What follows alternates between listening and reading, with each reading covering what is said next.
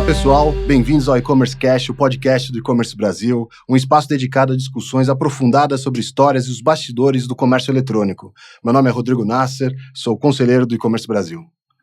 Olá pessoal, sou Daniel Nepomuceno, conselheiro do E-Commerce Brasil também.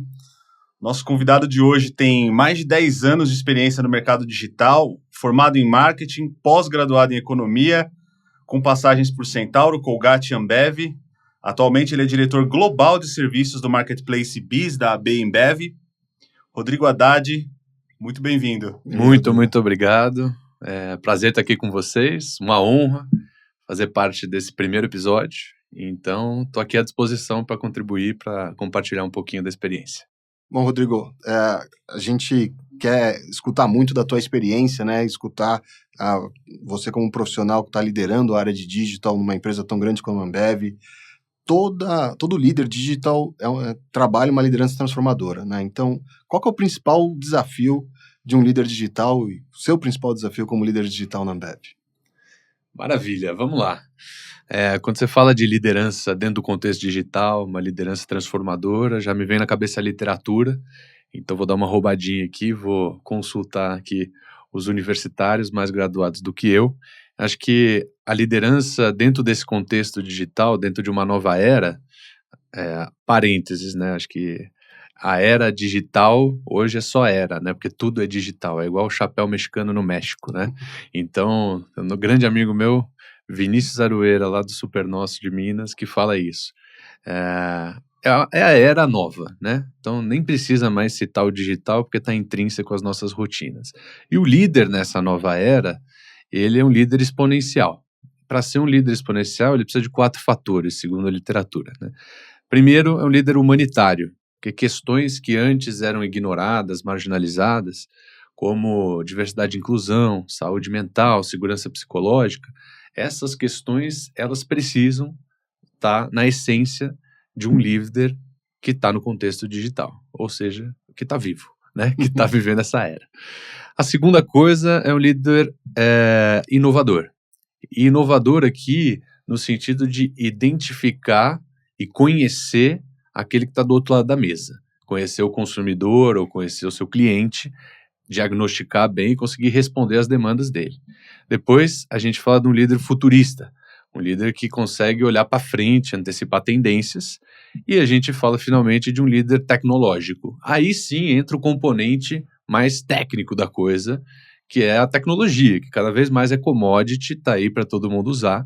Então eu vejo que um líder ele precisa contemplar esses 4 fatores para que ele seja transformador, para que ele exerça o que a gente chama dentro de casa de impacto e influência e de fato consiga fazer a diferença dentro do seu contexto, né? E eu vim de algumas indústrias já globais, multinacionais, líderes de mercado, sempre muito difícil você formar esses líderes, né?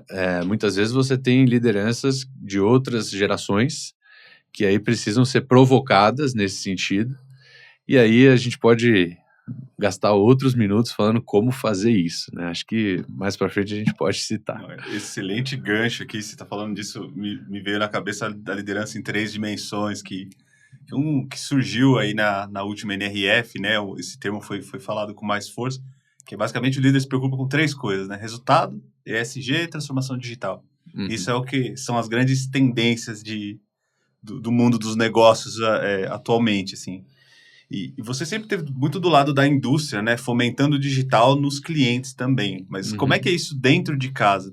Como é que você gera senso de urgência e engaja as outras áreas para embarcar nessa jornada digital, aí já pegando o gancho no que você colocou?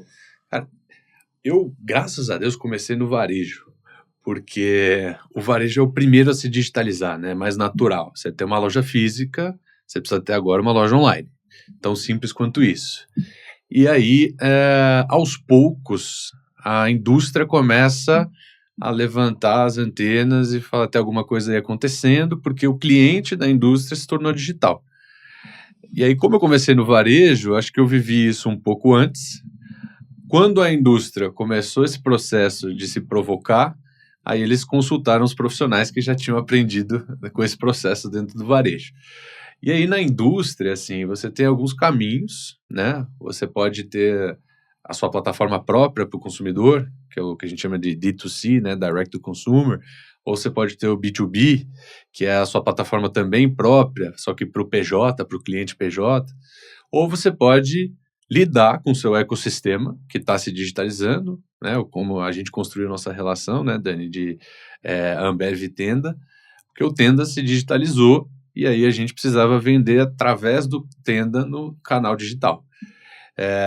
Esse terceiro pilar, acho que ele é muito importante como gatilho de transformação, porque não necessariamente todas as indústrias têm que construir suas plataformas próprias, né? Não é que, porque está todo mundo fazendo aí, que eu também tenho que ter um D2C. Faz sentido para todas as categorias de produto, por exemplo, ter um D2C? Não necessariamente.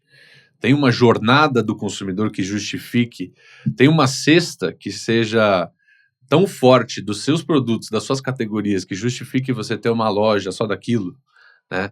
No nosso caso, por exemplo, fez sentido, né? Você vender cerveja, geralmente é uma cesta que a galera fala assim, ok, estou num churrasco, estou assistindo um jogo de futebol, preciso de uma demanda imediata, faz sentido você comprar uma cerveja de última hora.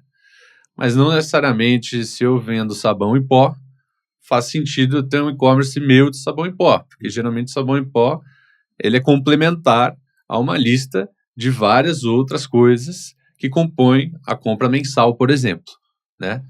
Então, por que as indústrias não necessariamente precisam ter suas plataformas próprias? Elas necessariamente precisam trabalhar com os seus clientes históricos, grandes parceiros de décadas, às vezes mais do que isso, para lidar com os canais digitais deles, né? E aí vem um gatilho muito forte de transformação interna, porque todas as áreas que lidam já com esses clientes precisam se digitalizar, entender esse processo. A logística precisa se adaptar às dark stores que surgem para suprir demandas em centros avançados nas grandes cidades. O time financeiro precisa se adaptar às novas plataformas que têm diferentes modelos fiscais. O time de vendas precisa levar para a mesa de negociação alavancas de JBP ou alavancas de trade que não são mais de loja física, que são de loja online. O time do marketing precisa falar de bottom funnel, precisa falar de final de funil e trazer dentro da sua estratégia de marketing e de mídia, por exemplo, o varejo para dentro. Aí a gente começa a falar de retail media. Então, assim, eu acho muito poderoso essa veia, essa terceira vertente muito poderosa de tratar o e-commerce como um novo canal. E aí todo mundo dentro da empresa precisa se digitalizar. Obviamente, não é um processo trivial, né? Porque a gente lida com pessoas, cultura, processos, mas é um processo que a pandemia ajudou a potencializar, né? Então, a partir do momento que viram que estava tudo fechando e que a gente precisava de algum lugar para se pendurar, foi no e-commerce. E aí, o grande desafio nosso como profissionais de e-commerce na indústria é manter a relevância, manter a atenção minimamente drivada ali para a nossa área, para que isso não seja um cavalo paraguaio, que não é, né? A gente sabe que é uma tendência irreversível e a gente, inclusive, continua crescendo em penetração no Brasil. Então,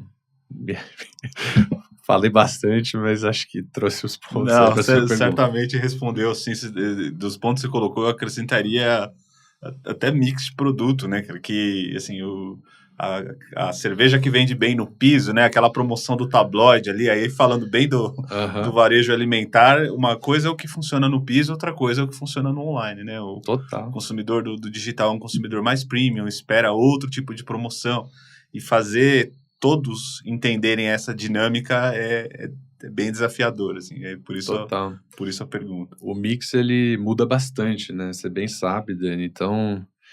Cara, assim, quando a gente fala de cerveja, a gente vê uma relevância muito maior da cerveja premium, da cerveja artesanal, no online, versus o físico, né? 60 e tantos % do que a gente vende no online é mais premium, assim.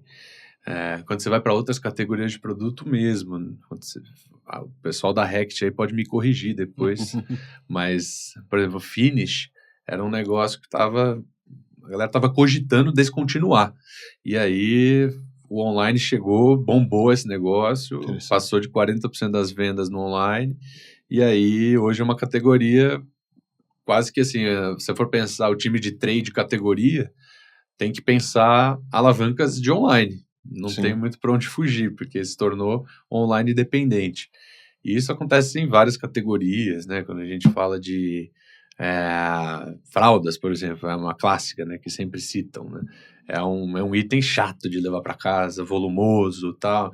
Então, é a típica coisa que altera bastante o mix da sua empresa quando você começa a vender no online, e aí você tem que adaptar as estratégias. Legal. A gente, nos eventos do e-commerce Brasil, a gente fala muito de um tripé, cliente, produto, canal. E sempre que um desses vértices mudam, os outros dois têm que ter algum ajuste, né?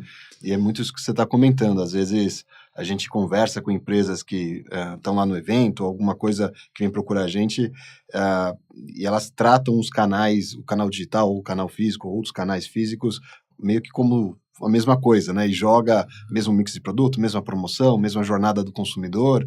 Não é isso, né? Não é isso. E aí, pegando um desses vértices, né, que é o vértice de cliente, isso foi uma coisa interessante, né? A gente, quando vive no varejo, por estar muito próximo do consumidor, o varejo às vezes acaba sendo o primeiro a transformar, a procurar novas tecnologias, ou novos canais, ou novas formas de se relacionar com o consumidor. Mas esse varejo, ele não é uma amálgama única, né? Você tem clientes muito mais avançados, que vão primeiro, são early adopters e buscam formas novas de trabalhar a venda, e você tem varejistas mais tradicionais, né? Que demoram, são um pouco mais lentos aí nesse processo. Os clientes melhores que você encontrou para esse relacionamento, quais são as qualidades deles? Quais são as principais qualidades ou características que você encontra nessas empresas? Olha, acho que a primeira coisa que eu tenho que falar é de colaboração, né? A gente vê muito o mercado chinês que é pautado em ecossistemas, né? Sim. Então, você vê que eles vão tocando o Alibaba, daqui a pouco é Alipay, daqui a pouco é social media, entretenimento, tem serviço público, e aí ele vira um ecossistema para que seja o one-stop shop, e nem mais shop, né? O one-stop vida da pessoa, né? Isso. É onde ela entra para fazer o que ela quiser para resolver o dia a dia.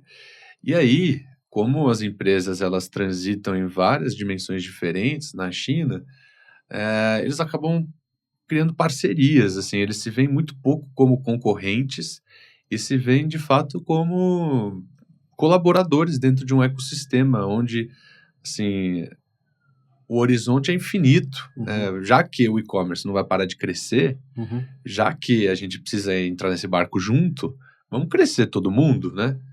E acho que esse é um resquício muito delicado, assim, do que a gente viveu no varejo, porque a gente ainda tem sede por concorrência e ficar olhando o outro, ao invés de desenvolver a si mesmo. E viver nessa competição desenfreada de preço, ao invés de pensar na experiência do usuário, do consumidor. Então, o que eu mais encontro como barreira até hoje, né, são parceiros que não enxergam esses ecossistemas de colaboração, que ainda tem muita preocupação se a indústria vai querer tirar o dado do varejo, ou se a indústria está investindo mais no concorrente do que nele, e aí a conversa fica muito pobre, fica muito rasa, toda baseada na tabela de preço. Então, acho que... Você senta na mesa já com uma desconfiança, né, para conversar. É isso. Então, acho que essa é a principal barreira que a gente vem vencendo pouco a pouco. Acho que o varejo está num momento muito especial de amadurecimento, de autorreflexão, assim, de entender de fato o momento e como precisa se adaptar a esse momento. É óbvio que não é trivial, como eu já disse, né? Porque no final estamos falando de pessoas. Transformação digital é isso. Eu costumo dizer 70% pessoas, 20% processos e só 10% tecnologia. Então, pessoas, a gente está falando de mindset de crescimento, de colaboração, de menos aversão a risco. A gente está falando de todas as questões que eu falei de D&I, de segurança psicológica, etc. Então, É um processo quase que geracional, assim, que vai passando lentamente e a gente vai, como ecossistema também, colaborando, né? Acho que o principal exemplo está aqui, e-commerce Brasil, é que empresta um favor enorme para que o mercado amadureça nesse sentido. E assim, algum exemplo que você lembra, alguma experiência de sentar à mesa com um cliente que você fala assim, poxa, esse cara entendeu, esses caras aqui sentaram para realmente conversar aberto, né? Alguma coisa que destoe, assim, na lembrança, né? Na tua carreira inteira, em que você falou, poxa, tem alguém que também está fazendo o processo transformacional do outro lado e, poxa, tá fácil a conversa. Total. Bom, até voltando na pergunta anterior, eu falei, a primeira coisa é colaboração.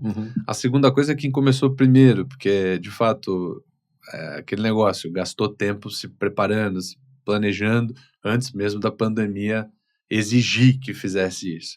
Né? Então, tem vários varejistas, eu estou falando mais do alimentar aqui, que é o meu mundo atual, né? Estou falando de supermercados, principalmente, começaram antes e estão colhendo os frutos agora. Deu tempo aí, como falava Abraham Lincoln, sei lá, assim, você tem 8 horas para cortar uma árvore, gasta 6 afiando o machado e 2 horas dando uma marretada ali. E aí, esses caras, tem vários exemplos, o Tenda, o Super Nosso, o Zona Sul, o Grupo Pão de Açúcar, o Carrefour, são vários caras que têm décadas de e-commerce, né? E aí, quando chegou na pandemia, já tinha uma operação logística preparada, já tinham um linguajar preparado, já tinham profissionais preparados, né? Então, tudo isso ajuda e muito. Já tinham testado errado, né? Já tinham testado errado, aprendido. Porque, assim, o P&L para fechar no e-commerce não é simples, né? Mas se você testa, erra, volta, aprende, você vai otimizando, tem alguns desses caras, que aí eu não vou citar nomes, mas alguns desses caras já têm operações de e-commerce mais rentáveis que a física, por incrível que pareça. Então, até depois da gente começar a usar de fato do Omnichannel, né, que é despachar de loja, trocar produto em loja, esse tipo de coisa, permite que você utilize aqueles assets físicos que você já tinha para fazer o negócio render. Se alavanca em cima desses ativos que estão aí, né? Eu lembro uma reunião que eu tive com o Dani, inclusive, que a gente... às vezes a gente fica frustrado, fala assim, estamos aqui falando de e-commerce, não sei o que lá, mas o percentual de e-commerce dentro das vendas totais ainda é baixo. E aí o Dani voltou, me retrucou e falou assim, não, mas olha loja a loja. E ele abriu para mim, eu lembro, algumas lojas que o e-commerce já era 30%, 40% do resultado da loja. E aí, esse tipo de líder, né, esse tipo de cara no varejo que a gente precisa, porque ele, primeiro, tem um olhar data-driven, né, que a gente fala, baseado em dado, e segundo, ele consegue, de fato, adaptar as suas operações loja a loja, adaptar time, adaptar estratégia para responder essa demanda digital. Porque às vezes parece pequena, mas esse exemplo é muito bom, né? Quando você entra no detalhe, é um absurdo.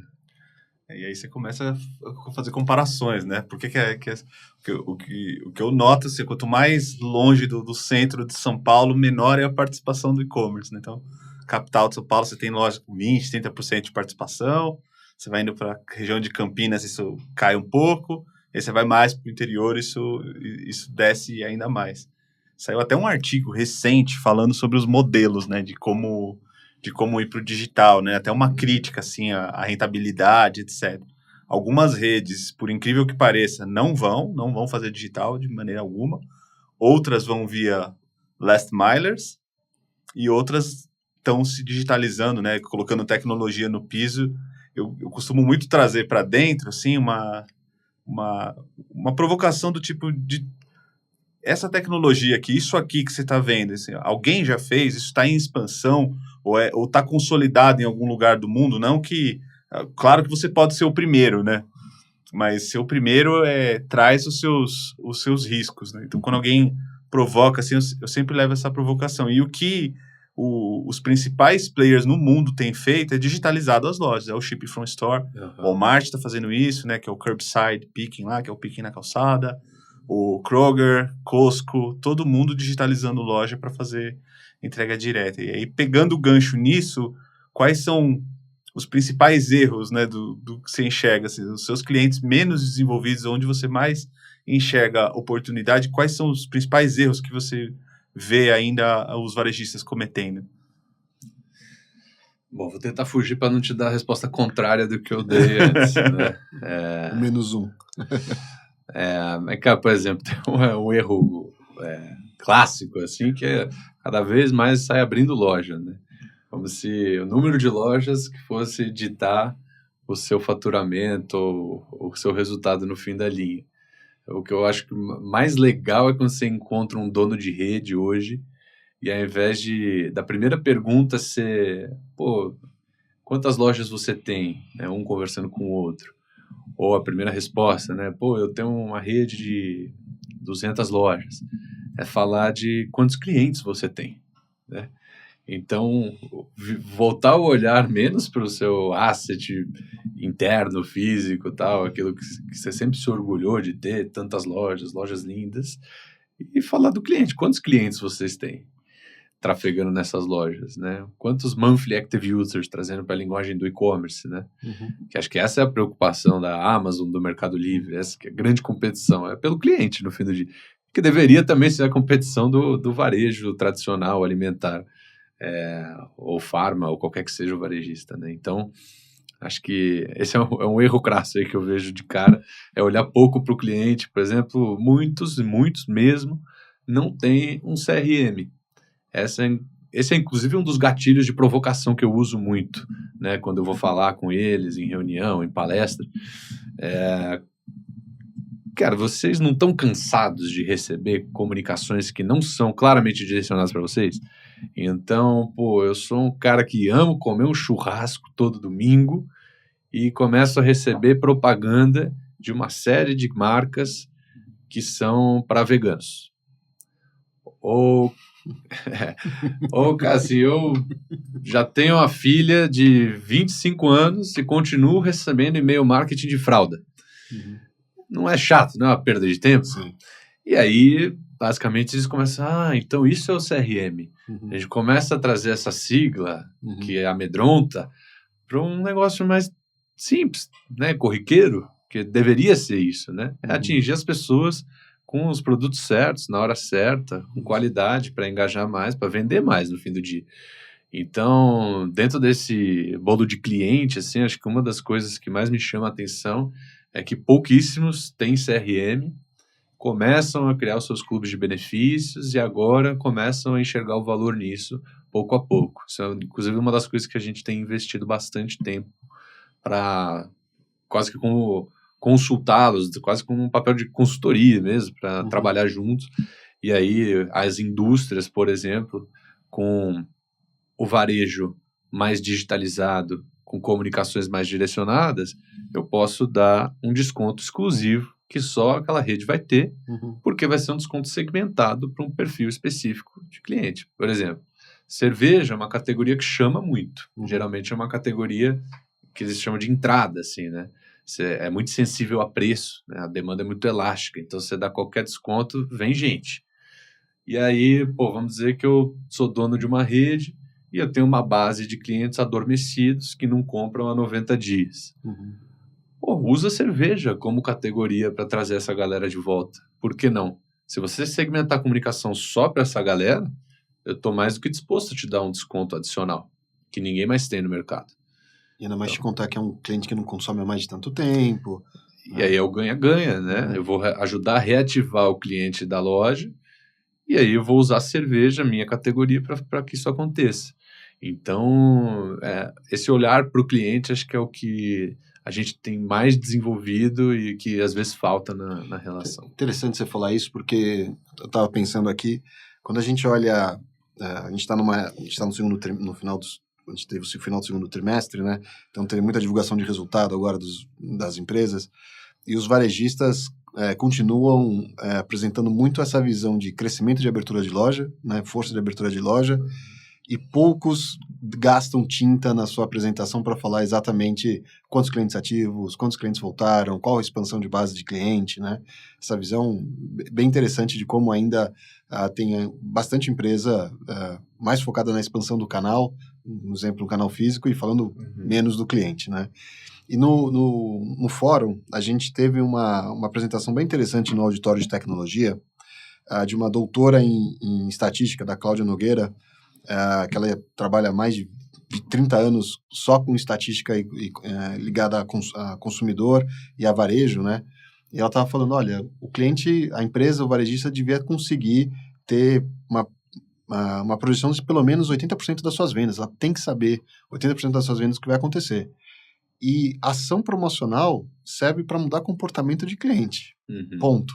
Né? Então, se o cliente já vai comprar, você não precisa fazer ação promocional. Você deveria saber que isso está acontecendo. Então, essa capacidade da empresa conhecer a jornada do seu cliente, trazer dados, como você deu o exemplo aqui do Dani, é algo que, se você fosse fazer uma análise das conversas que você tem com o varejo, quantos % das vezes isso aparece na mesa, na tua experiência, e quanto não aparece esse tipo de discussão? O meu papel é esse, então, ir atrás 100% disso, né? das vezes.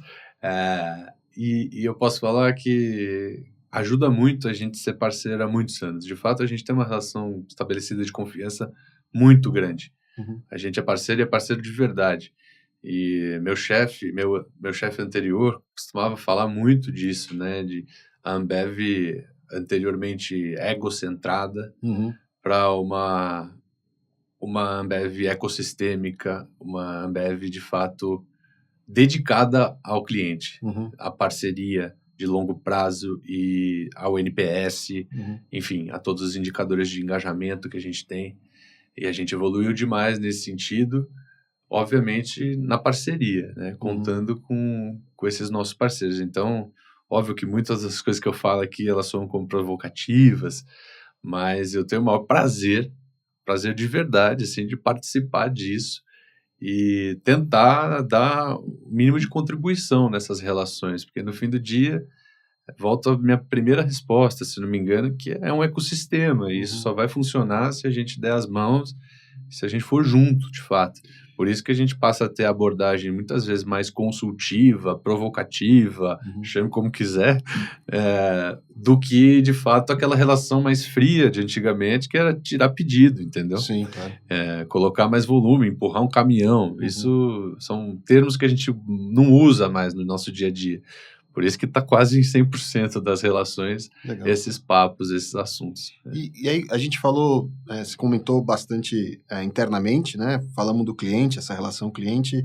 E quando você olha o ecossistema, né? Esse modelo de plataforma que a gente vê sendo buscado para criar e a construção desse ecossistema, o que você vê de principal deficiência no mercado como um todo hoje?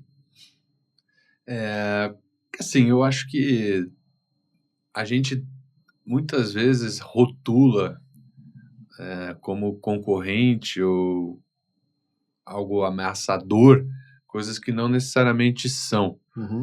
Então, o Dani estava puxando um pouco dos canais que estão dentro do e-commerce, né? Então, cara, a gente tem os marketplaces, grandes lojas de departamento, vamos tentar chamar assim, como Magalu, Amazon, Mercado Livre.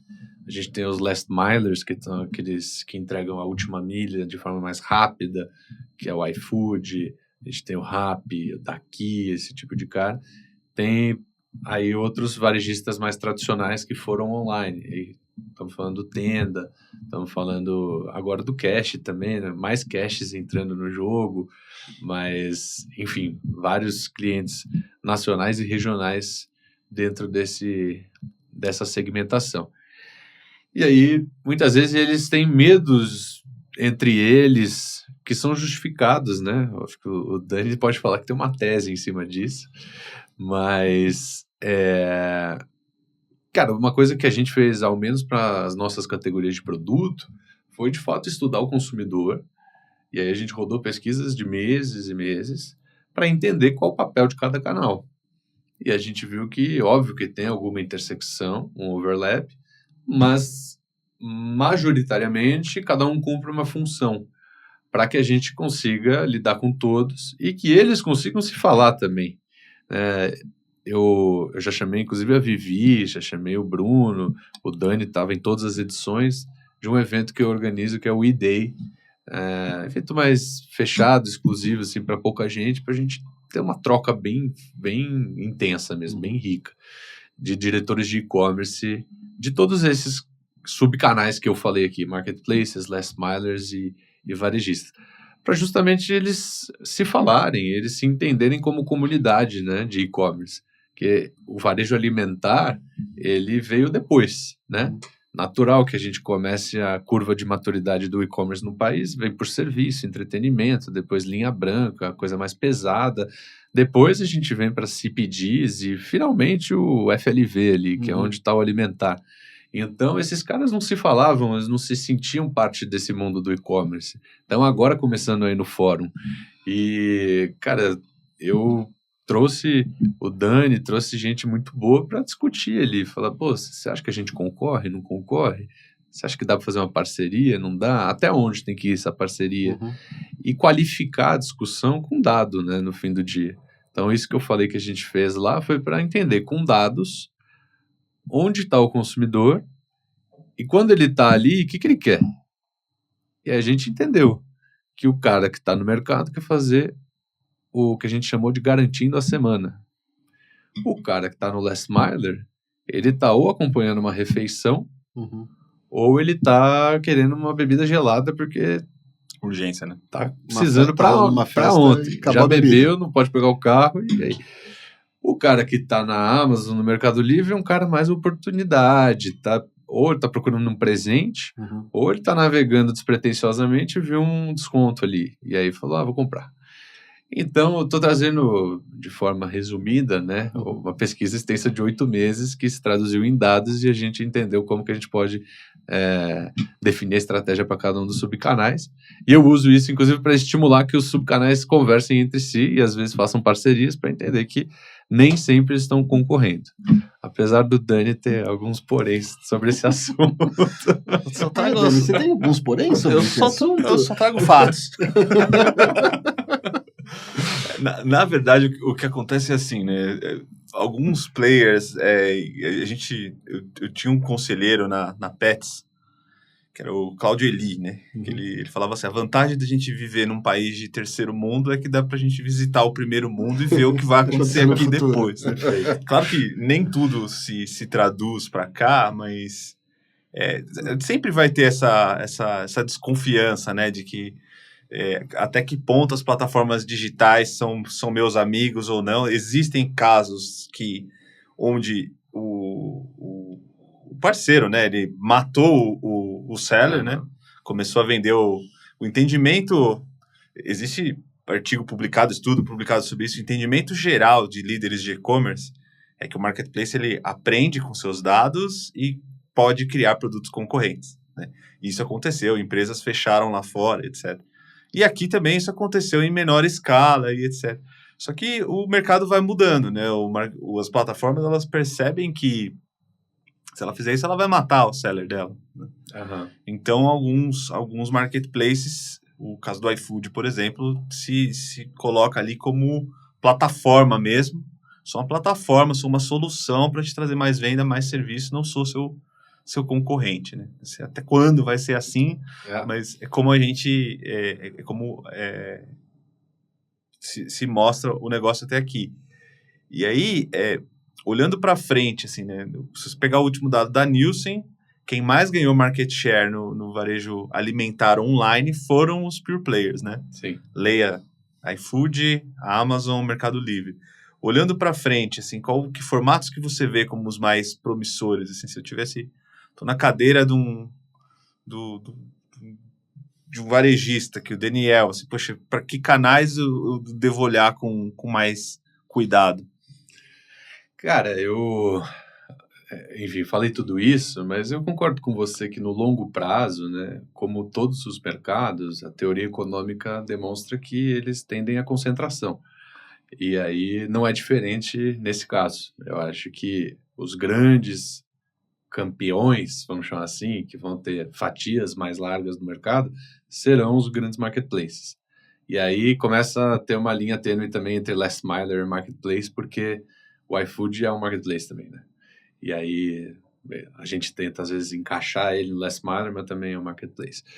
Mas é isso, acho que todo mundo pode coexistir e crescer bem num horizonte de bastante tempo ainda, né? Já que a penetração de e-commerce no Brasil, tendência é que, com o tempo, chegue na da China, que está batendo 50% de penetração no varejo, né? E no alimentar, essa penetração é ainda menor, né? A gente está ainda mais no começo, né? Então, assim, tem muito mercado para todo mundo abocanhar. Mas desculpa, esse muito mercado, Rodrigo, é incremental ou rouba monte de outros canais, na tua visão? Cara, no fim do dia, a maior parte rouba monte. Tá.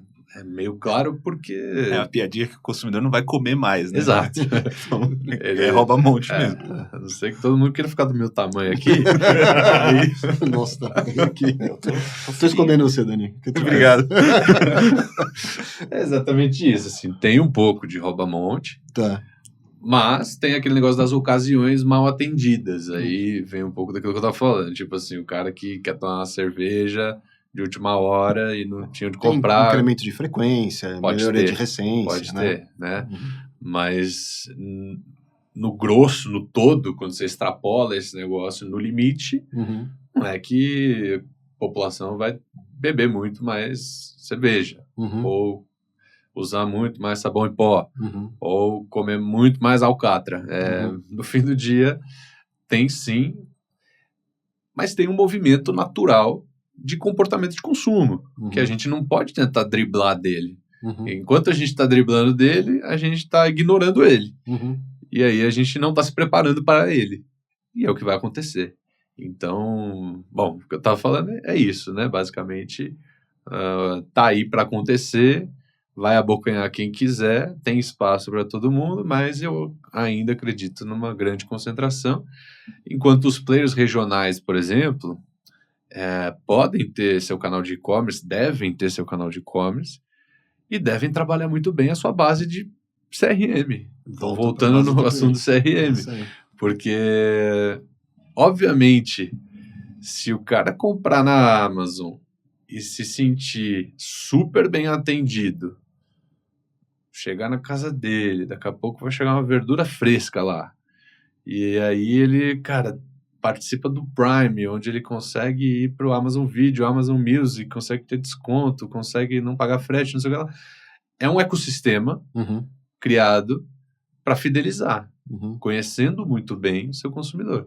Então, acho que a dica para o alimentar, por exemplo, sou dono de um varejista, cara. Trabalha muito bem sua base CRM, atende muito bem seu cliente. Voltando nesse papo cliente, foca nele e a sua clientela, que é regional, que é fiel, que vai seguir ali contigo porque tá no bairro e já tem uma grande consideração pela marca, esse cara você tem que ter debaixo do seu braço. Sim. Né? Então, tem espaço para todo mundo coexistir e, óbvio, marketplaces com toda essa dimensão tendem a ter, de fato, fatias maiores do mercado. Tem muita coisa legal para contribuir aqui. Assim, a gente fala nesses eventos que a gente visita, você fala com players do mundo todo, né? Na Europa, o que está crescendo lá de participação é hipermercado.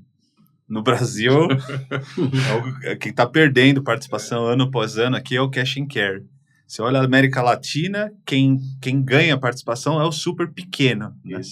Então, assim, cada mercado é uma história. Ontem eu estava com o pessoal da Amazon, por coincidência, e eles questionaram-se, no Brasil, por que as drogarias não estão vendendo alimento, né? Porque lá fora, lá nos Estados Unidos, isso virou tendência. Então, cada lugar tem as suas particularidades, mas um dado interessante, no último ranking da Abras, eles divulgaram qual é a concentração dos top 3, né? Os top 3 players em cada lugar do mundo. E a concentração do Brasil no varejo alimentar é uma das menores do mundo. Interessante.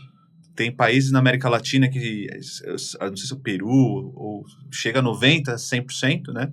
os 3 maiores players dominarem o mercado. E no Brasil, os 3 maiores players têm 22% do mercado. E quando a gente fala disso do varejo ser hiperlocal, né? Para a cerveja chegar gelada, não dá para ela viajar muito. Perfeito. Então, se você atender bem seu cliente, assim, tem espaço, né? O hortifruti ali, você tem refrigerado, congelado e FLV, né? Então, se você atender bem o cliente, investir em CRM, eu acho que tem espaço para você crescer e prosperar por muitos anos ainda.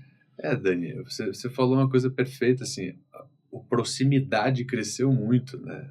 A mercearia de bairro, aquele que é próximo, de fato, aquele cara que é próximo não só fisicamente, mas próximo de relação com o cliente, né? A gente vê que a pandemia impulsionou muito isso também. De 2021, de WhatsApp na pandemia. WhatsApp, de 21 para 22, esse é dado Nielsen, a gente costumava ir em 6,3 formatos de loja por mês.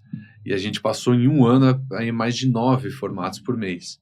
Aí eu tô falando de mercearia, hipermercado, atacado e por aí vai. Então, farmácia também, e-commerce é um dos canais que mais cresceram nesse período. Então, a galera diversificou muito e acho que por estarmos ainda nesse momento de, cara, a gente tem muito a amadurecer. Óbvio, de novo, longo prazo, concordo com você. O mercado vai se concentrar em poucos e grandes. Mas até chegar lá, todo mundo pode prosperar, entendeu? Acho que a gente não precisa ficar desesperado, como se esse negócio fosse um furacão que fosse nos engolir amanhã, né? E, bom, eu ia falar um negócio que eu adoro, né? Quando a gente começa a falar de pequenos e médios, na América Latina, que você citou, 98%, mais de 98% dos negócios são pequenos e médios, são PMEs, né? Então, dá para dizer que a América Latina é uma grande PME, no fim do dia. Só que ainda muito improdutiva, porque a gente gera 60% dos empregos com PMEs, enquanto nos Estados Unidos gera 40 e poucos por cento dos empregos, e 25% do PIB na América Latina vem de PMEs, enquanto nos Estados Unidos vem quase 50% do PIB. Então, aqui, as pequenas e médias empresas empregam muito mais, elas representam muito mais do total de empresas da América Latina e geram uma fatia de 1/4 do PIB, enquanto os Estados Unidos emprega muito menos e gera muito mais, ou seja, muito mais produtivo, tem muito mais eficiência. Acho que esse é um dos assuntos que eu sou mais apaixonado, quando vocês perguntam de tendências, aquilo que você acredita muito. Eu acredito muito na digitalização do pequeno e médio negócio no Brasil e na América Latina. Acho que essa o principal mote transformacional para a gente.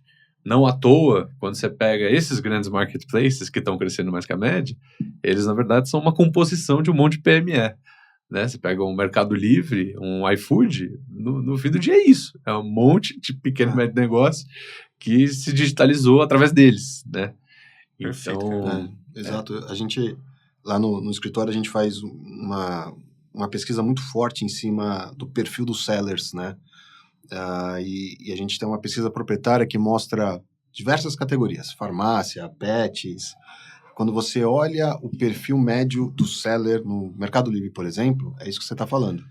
É uma empresa pequena, média empresa, que vai cada vez mais crescendo, então você consegue acompanhar ao longo do tempo um volume de pequena e média empresa aparecendo. Óbvio, tem as lojas oficiais, tudo, a grande marca está lá, a indústria está lá, tudo mais, mas é a pequena e média empresa aparecendo ali, o distribuidor aparecendo ali, crescendo e se digitalizando. E quando você pega o tempo médio de registro daquele usuário no Mercado Livre, né, porque o Mercado Livre tem APIs abertas que você consegue fazer essa análise, você começa a ver isso, começa a ver gente nova entrando, aí você olha o perfil, vê o CNPJ, empresa média entrando, pequena e média empresa entrando, exatamente o que você está falando. Total. Cara, é isso. Acho que se tem um lugar para se olhar com carinho nos próximos anos, eu acho que é aí. Acho que se der para considerá-los no seu ecossistema que está sendo construído, é um golaço. Que é um pouco do que a gente vem fazendo com o BIS, inclusive, né? Que é o e-commerce B2B. Esse é o grande propósito por trás de tudo, né? É ajudar o pequeno e médio a se digitalizar não só no seu processo de compra, mas de relação mesmo, né? Porque aí, quando você fala de B2B, é menos transacional, né? É menos frio do que uma compra B2C, né? Que você vai lá, compra, tá? Então, o B2B ainda exige a presença humana, exige um relacionamento, uma abordagem, de novo, mais consultiva, você ter a ferramenta de apoio para o vendedor, né? E, cara, esse é um lugar que a gente definitivamente está colocando bastante esforço e que vai bombar, tenho certeza. E, Rodrigo, deixa eu mudar um pouquinho Claro. o assunto para um tema que eu sei que você gosta também, e falar do profissional que está na empresa, o líder digital que está ali, que não tem uma formação em tecnologia, né? E como você falou, eu acredito muito nisso que você falou também, a transformação digital dentro das empresas tem muito menos a ver com tecnologia, muito mais a ver com essa questão transformacional das pessoas lá dentro, né? Eu queria dividir em dois blocos essa pergunta. Um é, como que você se mantém atualizado, sendo um profissional que precisa estar conectado àqueles 10% de tecnologia, num ciclo transformacional de tecnologia que a gente começa a viver com AI, principalmente Generative AI, né? E como que você compartilha esse conhecimento dentro da empresa para as outras áreas, né? Tanto você ativamente compartilhando isso, eu queria que você falasse um pouco também, a gente estava falando antes de começar a gravar aqui do piloto da Ferrari, né? Uhum. Às vezes a pessoa que não quer ser um piloto, não quer dirigir a Ferrari, ou tem uma dificuldade de conseguir absorver novos conhecimentos ou entrar na discussão junto com a empresa, né? Conta um pouco disso, tanto como um não técnico se atualiza, se mantém atualizado, como é que é disseminar esse conhecimento dentro da empresa. Legal. Vou começar de trás para frente, assim, o processo de transformação digital, de novo, para mim já não é digital, é só transformação. Uhum. É um processo que envolve letramento. Então, o que fizemos em relação a e-commerce, por exemplo, foi ir atrás de uma das principais escolas do país para que ela fosse a curadora do nosso conteúdo, e a gente criou uma plataforma online de ensino, né? E aí, se você não quiser criar a sua própria, obviamente não é todo mundo que vai fazer isso, você pode ir atrás da Escola Superior de E-Commerce, por exemplo, que tem ótimos cursos, inclusive curso voltado para o alimentar, se você for do setor. Então, letramento é fundamental, né? Depois tem a parte, para mim, que é de adaptação de processos, que também é muito importante. Exemplo, né? Geralmente nas indústrias a gente é fera em fazer rota, fazer visita técnica, né? De ir para a rua, conhecer loja, mexer na loja, fazer a loja ficar bonita. E a gente sabe fazer o mesmo na loja online, então a gente ensinou as pessoas a fazerem isso e instaurou isso como parte compulsória do processo.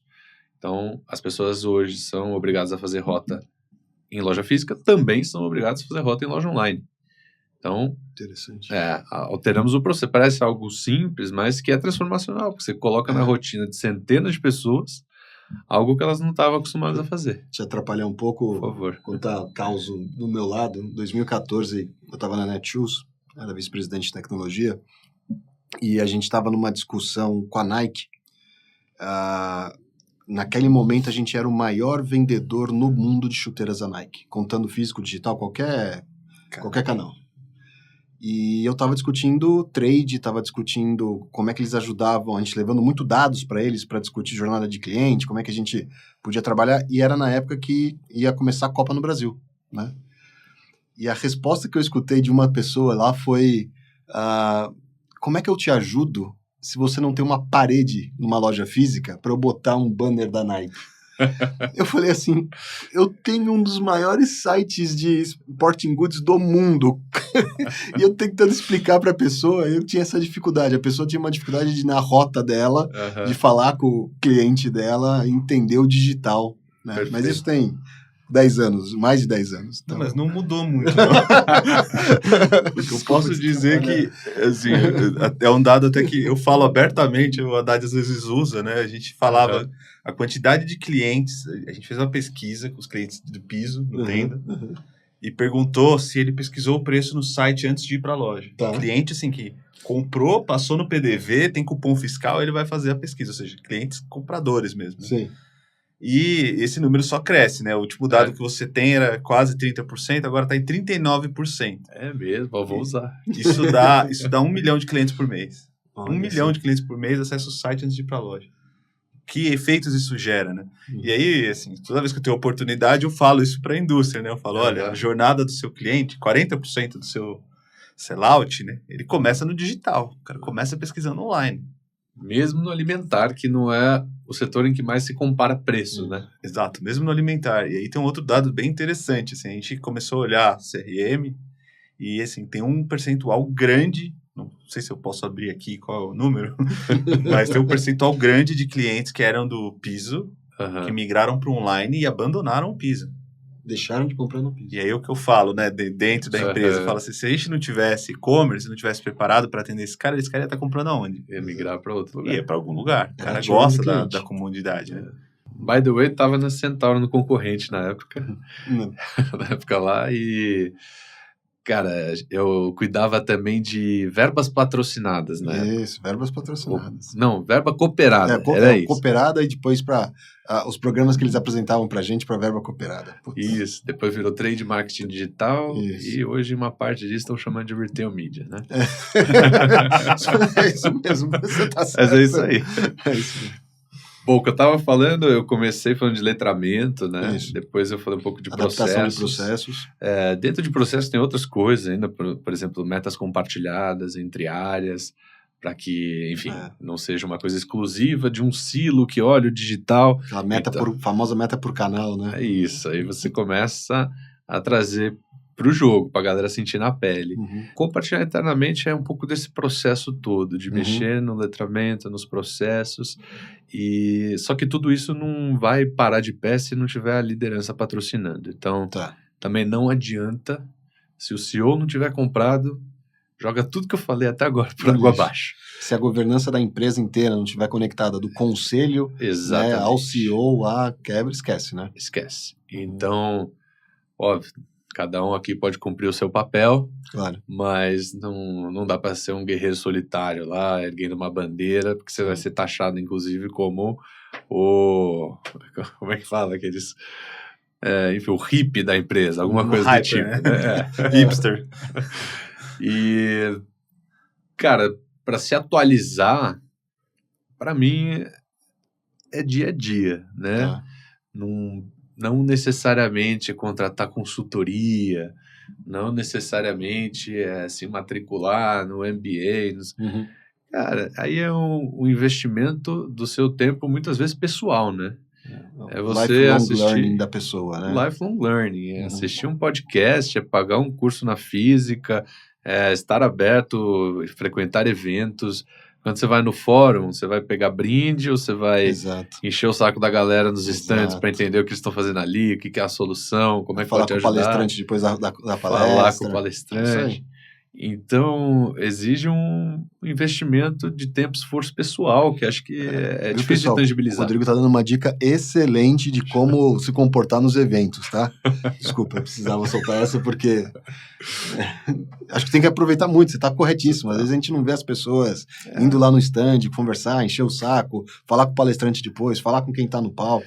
Perfeito. Agora eu vou dar o contraponto, né, cara, disso aqui. Se você visita os stands, não dá pra andar, cara. Se você é varejista, a pessoa te pega pelo braço, assim.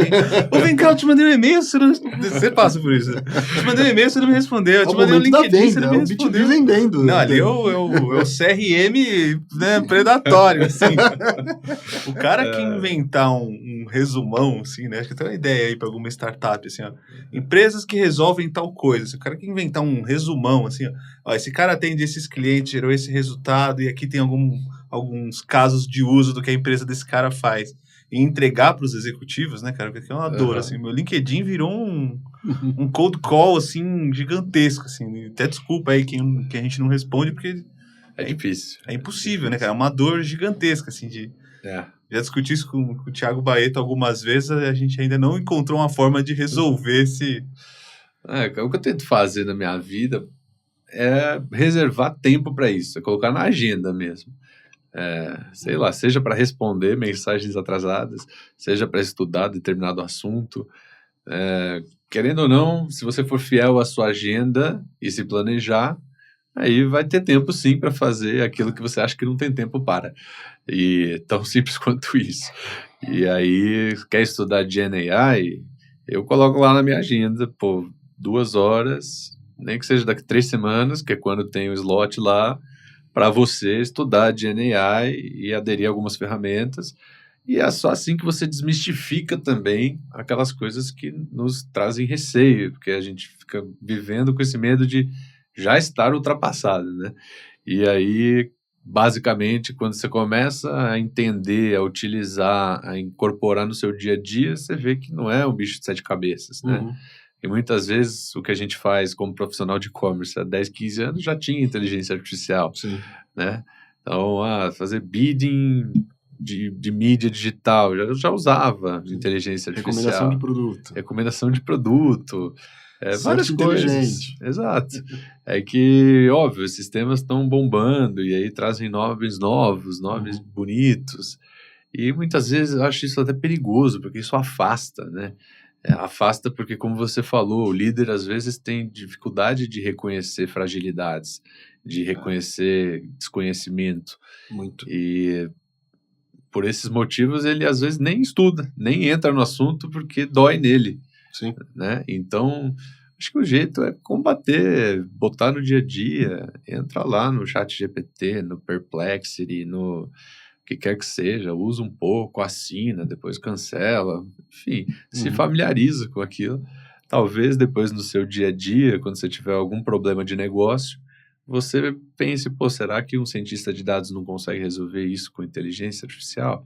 Talvez sim.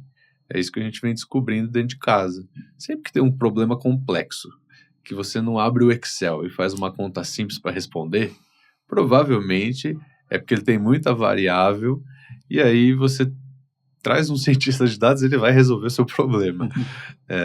Ou quando você tem que programar algo que você não sabe nem por onde começar. Enfim, acho que minha dica é essa, assim, é simples, reserva espaço na agenda. Põe na agenda lá e faz, vai e faz. Cara, eu tive um professor, um orientador no mestrado que eu perguntava isso para ele, né? Que hora que eu tenho que parar de pesquisar? Aí ele falou assim, você tem que pesquisar um assunto até as coisas começarem a se repetir. Então, por exemplo, explodiu o assunto de IA, eu particularmente comecei a ir em congressos de todo mundo, né? Bain, McKinsey, IBM, você vê em vários congressos. E uma hora as coisas começam a se repetir. E nesse momento você já sabe o mínimo possível ali, o suficiente do assunto. Tem um outro professor que trouxe, quem me falou isso, né? Foi o Leandro Guissoni, meu orientador, cara fantástico. Espero um dia ter ele aqui com a gente, entrevistando. E um outro professor falou um dado uma vez que me deixou assim... a gente tem uma capacidade finita de aprender coisas durante o dia. Você tem uma quantidade de horas por dia que você é capaz de aprender. Todo dia que você não aprende alguma coisa é um dia perdido. Você não vai recuperar aquele dia. Não dá para aprender o dobro amanhã, entendeu? Então eu tento todo dia ler pelo menos um artigo, alguma coisa nova, assim. Ontem mesmo eu tava lendo um artigo, porque, enfim, é o que acaba me fazendo bem, assim. E ainda nesse tema de IA, né? Dentro de casa lá montei a apresentaçãozinha para o conselho, as aplicações para o varejo são essas, etc.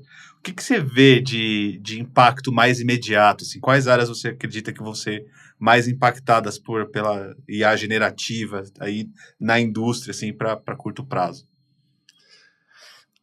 Cara, tem muita coisa que é coisa corriqueira, assim, que já dá para fazer, ou dá para tentar, ou dá para contratar muitas vezes. Resumindo e-mails. Também. Mas, cara, por exemplo, criar imagens mais customizadas para cada situação, para cada audiência de marketing digital, por exemplo. A criação de imagens já é uma coisa que a gente utiliza. Aí, preço, mix de produto, são coisas que não precisa mais de um analista fazendo. Você precisa de outro perfil de profissional, não é que você vai cortar. Mas você consegue determinar preços mais inteligentes, analisando histórico, concorrência, o que quer que seja que você queira colocar no modelo. Previsão de demanda. Tudo isso dá para você utilizar IA, machine learning, Cara, ecossistemas de retail media também, né, para você mostrar o melhor anúncio para a melhor pessoa no melhor momento. Ou, cara, você fazer o escaneamento de planograma, fazer reconhecimento de imagem, também são várias coisas que dá para aplicar já no dia a dia, seja desenvolvendo dentro de casa, seja contratando ferramentas de terceiros. Então, eu vou mais nessa linha da execução, na linha de coisas que são pilares básicos do varejo, entendeu? Tudo que eu falei, acho que nunca saiu de moda, tá lá no Kotler, né? Tipo, preço, mix de produto, execução de trade, enfim, coisas básicas. De praça, né? Rodrigo, como nesse processo, né, você estava comentando agora de alguns exemplos de onde a gente pode usar a inteligência artificial e tecnologia como um todo, como que você pensaria em ajudar o líder de transformação a pensar o que ele constrói de competência dentro de casa, o que ele se apoia com parceiros, né? Não sei como que você faz isso, como que você separa isso na sua cabeça, que regra que você segue para falar, não, isso aqui, eu quero ter equipe minha, quero que isso seja desenvolvido dentro de casa, quero ter uma competência disso dentro de casa, não, isso aqui eu quero ter o conhecimento, mas eu vou usar parceiros para me ajudar a construir, desenvolver. Como você separa essas duas coisas? É um estudo, né, de 3 pilares, geralmente, a gente coloca, que é a desirability, né, que é a demanda, né, quanto que querem isso, e aí você vai ter uma noção de urgência, né, se o mercado está exigindo que você tenha aquilo ou não. Depois você tem readiness, né, quanto você está pronto para desenvolver aquilo dentro de casa ou não. Perfeito. Quanto que aquilo vai exigir de recurso seu ou não. E depois você tem... Esqueci. Profitability, desculpa. Que é de fato, quanto dinheiro você vai botar no bolso, ou você vai otimizar de recurso, vai diminuir custo ao fazer isso dentro de casa. Então, quando você pega esse modelo, que combina demanda de fora com a sua capacidade de fazer de dentro, e o quanto que isso vai te economizar de dinheiro ou te trazer de lucro, coloca isso combinado, se fizer sentido fazer dentro de casa, aí você contrata, aí você desenvolve, e vai depender muito, principalmente, do pilar readiness, né? O quanto que você está pronto para aquilo, porque também não dá para você querer ser a gente partiu de uma cervejaria para uma indústria de bebida, para uma empresa de tecnologia, no fim do dia. Só que ainda uma empresa de tecnologia, ela tem vários ramos, várias vertentes possíveis de tecnologia para se especializar. Então, hoje nós temos plataformas, hoje nós temos profissionais qualificados que podem suplementar essas plataformas com várias soluções, mas não necessariamente a gente vai ter um cloud próprio, entendeu? A gente muito provavelmente vai se terceirizar. Então, é uma avaliação interna que leva em conta esses componentes e principalmente se a gente não está fugindo muito do nosso core business, né? Se aquilo não vai nos desviar a atenção, vai colocar tanto esforço ali, dinheiro, que a gente vai esquecer do que importa no fim do dia, que é o cliente. Legal. Perfeito, cara. Tem até uma literatura que eu acabei de ler sobre o assunto, chama Build, Buy or Buy. Você conhece? Bastante. Cara, fantástico, assim. Ele fala desses elementos que você colocou, quão relevantes são seus recursos internos, o quanto tem de solução disponível disso no mercado e o quão estratégico aquilo é para você. Porque às vezes o negócio é tão estratégico que eu não tenho recurso interno para fazer, o melhor é eu ir para o mercado e comprar uma empresa. Perfeito. Ou não, isso não é tão estratégico, mas é uma necessidade que eu tenho ou não tenho recurso interno para fazer. O melhor caminho é ir para o mercado. Tem framework para fazer isso, eu acho que vocês já fazem bem aí. Mas fica a dica. Desculpa, acho que eu lembrei de um ponto também que influencia dentro do que você acabou de falar. Acho que também é cíclico, assim, o seu apetite para coisas novas, para comprar coisa, para... ou de manter o back to the basics, assim, né? Acho que depende também do momento da economia, do momento... Bastante. Porque às vezes você tá num momento em que tá todo mundo com apetite, e aí você desenha num papel de pão a sua ideia, vem o Venture Capital e te coloca um monte de coisa, aí você vê todo mundo bombando, private equity, esses marketplaces porrando. E aí, natural que nesses momentos todo mundo queira milhares de soluções novas, né? Eu lembro que eu vi até uma palestra do Mariano na NRF, acho que foi retrasada, onde ele estava falando, assim, a gente passou por uma fase ali aquecida da pandemia que todo mundo queria os melhores especialistas de cada solução, de cada componente, e aí ele dizendo por que a solução dele, no caso, ia ser a vencedora no futuro, porque como é tudo cíclico, daqui a pouco a galera começa a cortar tudo e vão querer o tal do Unified Commerce Platform, que faz tudo, não necessariamente individualmente, tudo é tão bom quanto os outros que são especialistas, mas uma plataforma que resolve sua vida com tudo aquilo unificado, você vai ter todo o básico bem feito. Então, tem um pouco disso também. Acho que a gente vive momentos distintos, né? E aí tem momentos em que a gente prefere keep the basics ali, manter só o estritamente necessário. Tem momento que a gente está mais ousado para desenvolver coisa internamente, para botar gente nova para fazer e tal. Então, também tem esse componente importante. Sim, sem dúvida. Tem uma questão que eu acho que é importante colocar, que a literatura até brinca, às vezes, de one trick pony, né? Empresas que só conhecem um truque, né? Então, Nasser, acho que conhece isso bem, assim, empresas que abrem IPO e compra um monte de outras empresas, e aí tem dificuldade de integrar essas empresas dentro do negócio. Por outro lado, empresas muito voltadas para si, né, para dentro, só ficam em inovações incrementais e quase que põe uma camisa de força nos executivos e as pessoas não conseguem inovar. Então, essa diversificação de estratégias, né, horas eu vou trazer uma inovação radical para dentro da empresa, vou trazer uma fonte de receita nova, um jeito novo de fazer negócio que pode ser o futuro do negócio, é um ponto importante, assim. Isso, assim, diferencia bastante a conversa a depender de quem está do outro lado da mesa, né? Por exemplo, das redes de varejo no Brasil, são 150 redes de supermercado no Brasil, a maioria delas familiares. O cara está preocupado com a conversa com o dono, né? Ele está preocupado com a empresa que ele vai ter daqui 10 anos. O que eu vou deixar para os meus filhos, entendeu? O que vai ser do futuro do negócio. E, às vezes, o incentivo para o executivo, ele é diferente, né?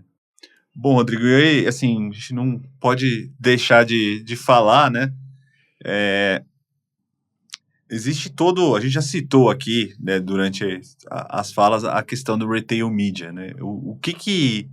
Como que você vê em alguns mercados mais avançados, alguns players concentram isso, a gente vê isso iniciando no Brasil. Como que você vê esse movimento aqui? Quem está melhor posicionado e quem não está, por onde começar? Assim, o que você traz? Boa.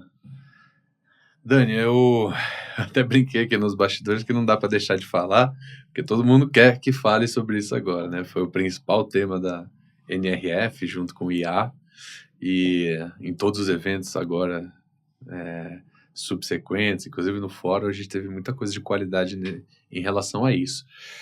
E, cara, o retail media é a palavra buzzword aí, a palavra da moda para algo que a gente já faz há muito tempo, como a gente comentou, né? Verba cooperada, que depois virou trade marketing digital e o retail media. Acho que com dois grandes pontos que eu considero diferentes do trade marketing mais tradicional. Né? Retail media te dá uma capacidade de segmentação muito maior das audiências, ou pelo menos se espera que o retail media faça isso. E a segunda coisa, a riqueza de dados que o retail media pode te trazer em relação a comportamento, behavior do consumidor, do usuário, né? Isso é, inclusive, uma pesquisa da Newtail, que é um dos empreendimentos de retail media aqui, startup brasileira. Eles fizeram uma das primeiras pesquisas, de fato, onde as indústrias responderam, né? O que você procura numa relação quando você vai investir em retail media, né? A primeira resposta foi em relação à mídia. Então, eu procuro segmentar melhor as minhas comunicações, porque o dono do dado é o varejo, então ele, teoricamente, conhece a sua audiência, consegue direcionar melhor. Segunda resposta, eu queria saber melhor os resultados em termos de vendas das minhas ações de marketing. Então, entra o componente de vendas, que o trade tradicional também tem uma dificuldade de tangibilizar, né? De fazer a correlação mídia e venda. E, finalmente, a terceira resposta mais frequente foi: quero insights, eu quero saber mais dados do consumidor, quem que eu estou impactando e tal. E aí essa é a grande magia para mim do retail media, que você tem mídia, venda e insight, as três coisas juntas, né? Que é muito difícil você ter no canal tradicional com as ações de trade, e é muito difícil você ter quando você investe em mídia na Globo, por exemplo. Então, quando você consegue, de fato, conectar o topo com o final do funil, você tem uma solução quase que mágica, assim, para o que a gente imaginava anteriormente. Dito isso, também dentro dessa mesma pesquisa, eles falaram um pouco de quais são os players que estão se destacando tal, nesse mundo, e aí aparecem de novo os grandes marketplaces, last milers e também alguns varejistas tradicionais, né? Até saiu uma palestra, eu esqueci o nome dela, mas ela é uma das heads lá, líderes do eMarketer, que palestrou no fórum, e ela trouxe alguns logos lá de empresas brasileiras, né? A gente via lá o GPA, a gente via lá Magalu, Mercado Livre, dentro das empresas de retail media que mais cresceram no último ano. Então, de fato, a gente vê um crescimento bem acelerado em termos de receitas que isso está gerando, receitas com uma margem muito alta, geralmente de 70% a 85%, o que é super... talvez o que a galera esteja mais de olho, né, para compor o balanço. E, bom, então tem empresas brasileiras se destacando, acho que elas precisam, de fato, amadurecendo esses pontos que eu falei, né, de como segmentar melhor as audiências, e isso vai passar por um CRM bem feito também, que a gente comentou antes, conectar a mídia com a venda, então ter o funil, né, clássico, que a gente sempre falou, e, finalmente, trazer insights também, não ter medo de falar um pouco mais sobre o seu cliente, sobre o seu usuário, né, que a gente também falou, né, de ter essa colaboração, obviamente, tudo anonimizado, sem o PII, né, sem o Personal Identifiable Information, sem saber CPF, telefone, nome, mas com as informações clusterizadas, dividir um pouco, porque nesse mundo que a gente chama de cookieless, né, que é cada vez com mais restrições ao Google, a Meta, para que eles não consigam nos perseguir, digamos assim, quem vira rei é o detentor do dado, de first party data, que no fim do dia é o e-commerce, é o varejista, né? E aí ele consegue trabalhar super bem isso se ele tiver essas parcerias com a indústria, ou não necessariamente a indústria, né? Por exemplo, a gente está no BIS, o BIS é a plataforma B2B da Ambev, que lida só no Brasil, por exemplo, com mais de 1 milhão de pontos de venda. Quem pode estar interessado nesse dado? Não necessariamente só uma outra indústria, mas talvez também um banco, uma seguradora, uma empresa de energia. Então, a gente se posicionando dessa forma, a gente, de novo, se coloca como uma peça de um ecossistema, né? Aí as coisas começam todas a se conectar, essa que é a beleza do negócio. Tem 2 comentários aqui, né? Um que eu até ia ter comentado antes, mas uma virada de chave incrível para a indústria nos processos de colaboração, assim, foi quando a indústria parou de olhar sell-in, passou a olhar sell-out, né? Estamos junto aqui, preocupado, não estou preocupado em tirar mais o pedido, como você falou, mas estou preocupado com o que você está vendendo no final. Agora é a vez do varejista se preocupar em gerar para a indústria ROI nas campanhas, né? A preocupação não tem que ser, vou pegar o dinheiro da indústria aqui, quero a verba da indústria e depois, né, caixa preta. Vocês não sabem mais o que aconteceu, peguei o dinheiro. Não, cara, assim, precisa de transparência. Onde houver mais transparência, até você já comentou, às vezes, que por uma questão de transparência, players do mesmo tamanho, às vezes, levam montantes diferentes de investimento. Total. E aí, nesse sentido, você falou, quem está interessado nesse dado, né? Esse dado que vocês têm de milhões de estabelecimentos. No dado, na verdade, só para a gente não ficar de novo apegado ao dado, com esse medo de o dado ser de identificar pessoas ou CNPJs. O dado é o cliente, na verdade. É dado, o que eu digo assim, é informações clusterizadas, anonimizadas.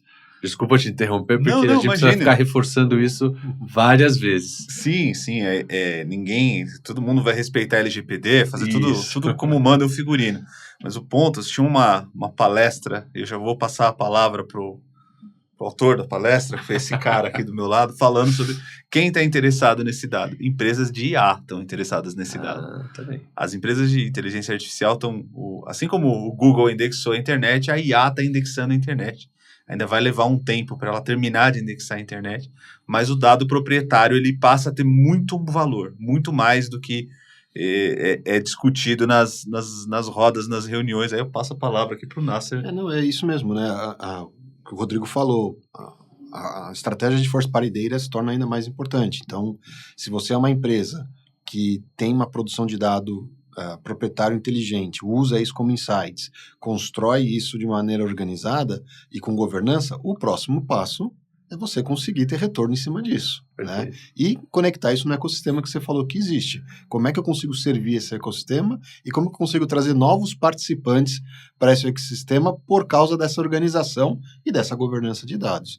As empresas de AI, que o Dani comentou, tem um estudo do MIT bem interessante comentando que até 2026, 100% dos dados textuais vão estar indexados nos modelos, e até 2040, 100% dos dados de vídeo e áudio vão estar indexados nos modelos, mesmo com o aumento de produção desses dados.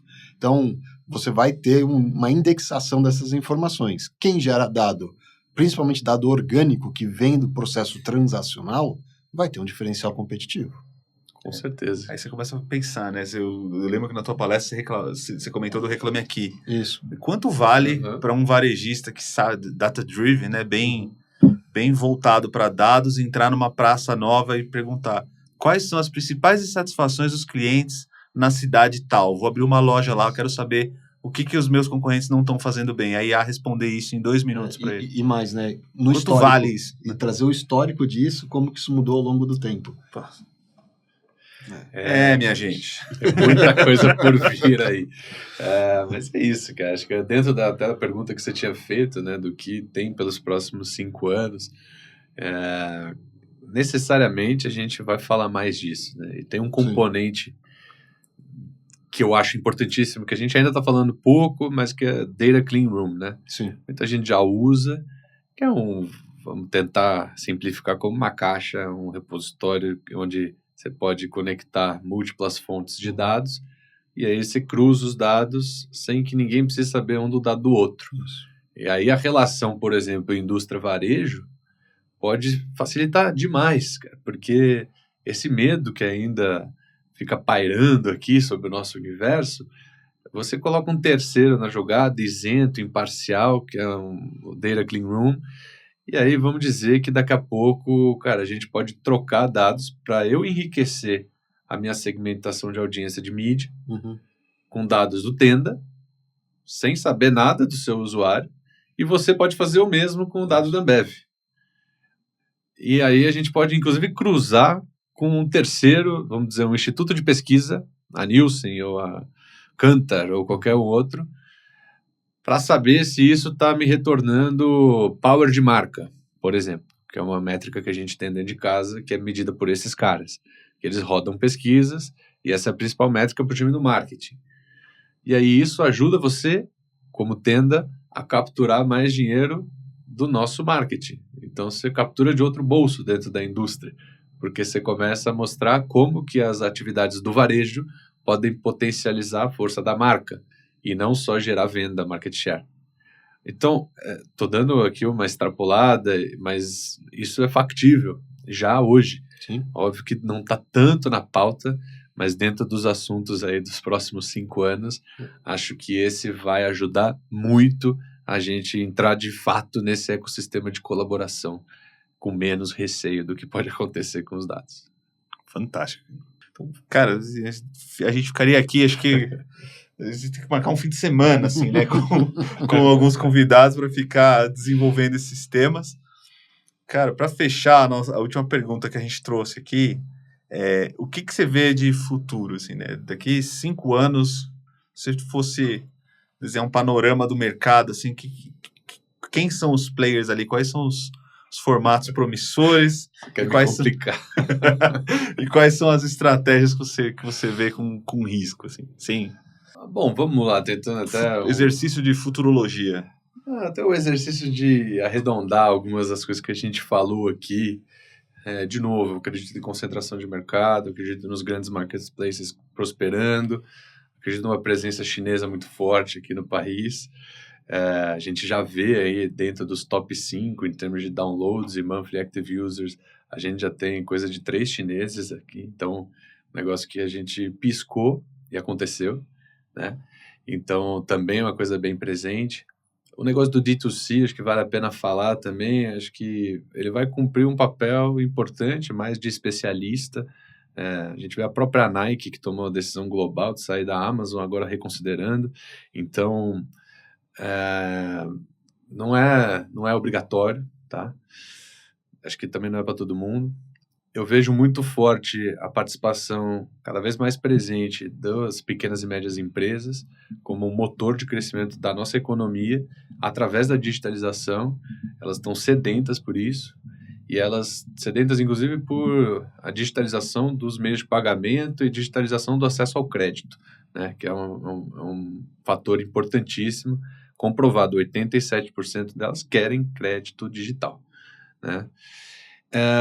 Dentro disso, acho que o B2B é um negócio para se ficar bastante atento.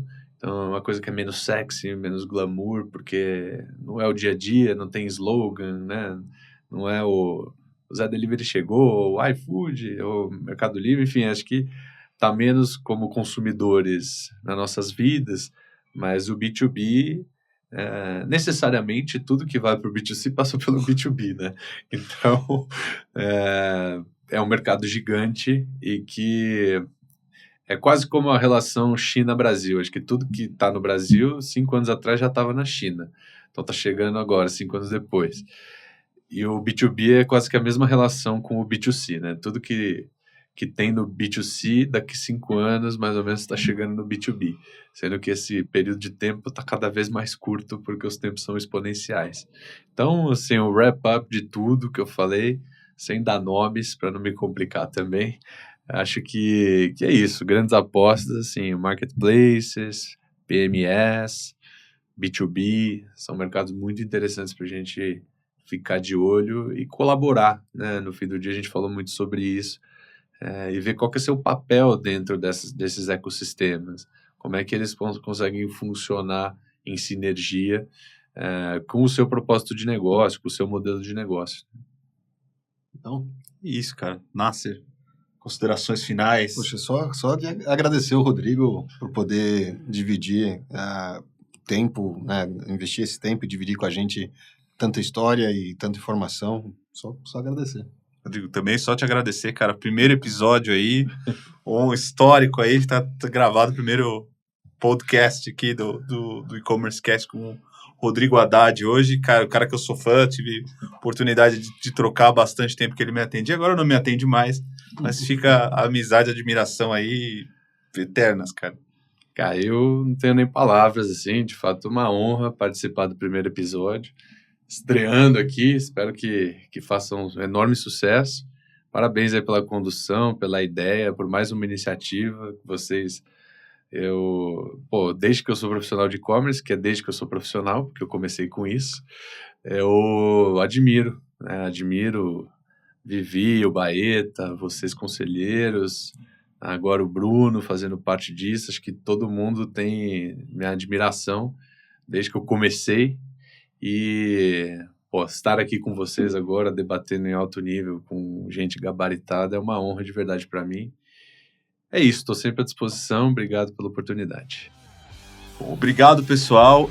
Este foi o E-Commerce Cast, podcast do E-Commerce Brasil. Hoje nós tivemos como convidado o Rodrigo Haddad. fiquem ligados, nosso conteúdo está disponível em todas as plataformas, no site do E-Commerce Brasil, todas as plataformas de vídeo. Valeu e até a próxima!